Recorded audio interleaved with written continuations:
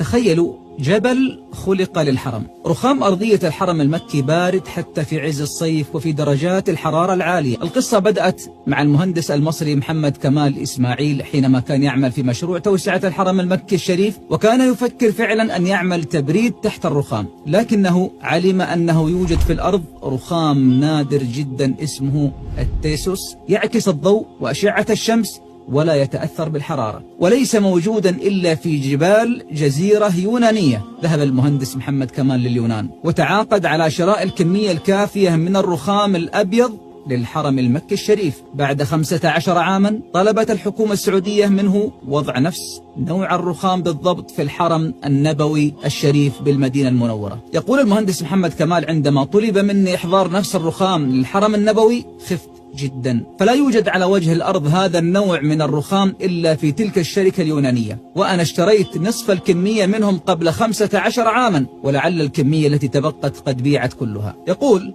فذهبت لنفس الشركة باليونان وطلبت مقابلة رئيس مجلس إدارة الشركة وسألته عن الكمية المتبقية، فقال لي: لقد تم بيعها بعدك مباشرة. يقول: حزنت كما لم أحزن في حياتي كلها. وعندما خرجت من مكتب رئيس الشركة وجدت السكرتيرة فسألتها: من الذي اشترى الكمية المتبقية؟ قالت لي: هذا أمر مر عليه سنوات طويلة ويصعب الرجوع للمشتري. يقول: في اليوم التالي وقبل ساعات قليلة من ذهابي للمطار وجدت السكرتيرة تتصل بي وتقول: تعال إلى الشركة فعندنا عنوان المشتري. ذهبت متباطئا متسائلا وماذا أفعل بعنوان من اشترى، ولكن كان عندي بعض الساعات المتبقية على السفر، فذهبت إلى الشركة وقابلت السكرتيرة فأعطتني عنوان الشركة التي اشترت الرخام. يقول المهندس: خفق قلبي بشدة عندما وجدت المشتري شركة سعودية. يقول: طرت مباشرة إلى السعودية، ثم من المطار إلى الشركة التي اشترت الرخام، ودخلت على مديرها وسألته بعد السلام: ماذا فعلت بالرخام الذي اشتريته منذ سنوات من اليونان؟